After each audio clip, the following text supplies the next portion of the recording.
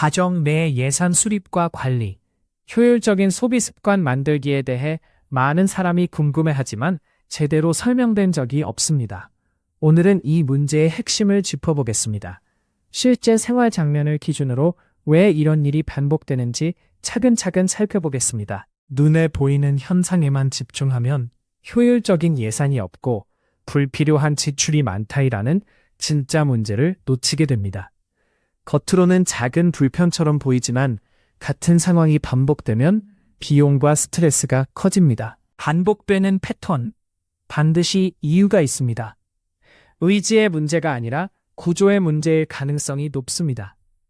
그래서 오늘은 감정적인 조언보다 실제로 확인할 수 있는 기준을 중심으로 설명하겠습니다. 첫 번째로 살펴볼 것은 판단 기준이 불분명한 상황입니다. 기준이 없으면 사람은 습관대로 움직이게 됩니다. 이 장면에서는 무엇을 먼저 봐야 하는지, 어떤 신호를 놓치면 안 되는지 분명히 짚어보겠습니다. 두 번째는 피드백 속도의 문제입니다. 결과를 늦게 확인할수록 같은 실수를 반복할 확률이 높아집니다. 비슷해 보이는 선택지도 기준이 다르면 전혀 다른 결과를 만들 수 있습니다. 세 번째는 기록의 부재입니다. 기록하지 않으면 무엇이 달라졌는지 알 수 없고 개선도 어렵습니다. 생활 속에서 자주 마주치는 사례를 떠올리면 이 차이가 훨씬 쉽게 이해됩니다. 작은 것을 무시하는 습관이 쌓이면 나중에 큰 문제로 돌아옵니다. 이 지점을 많은 사람이 그냥 지나칩니다.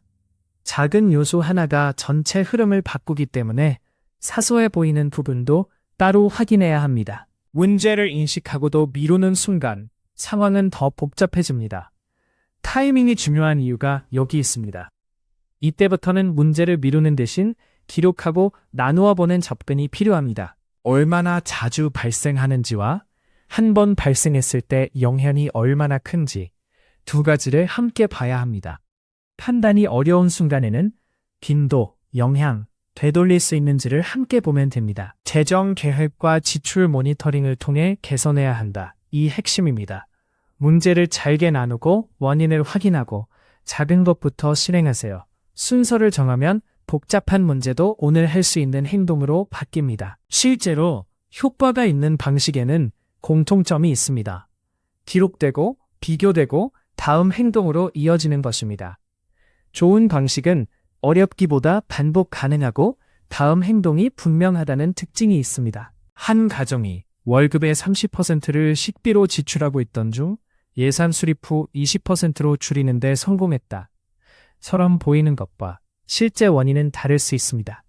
현상이 아닌 원인을 보세요.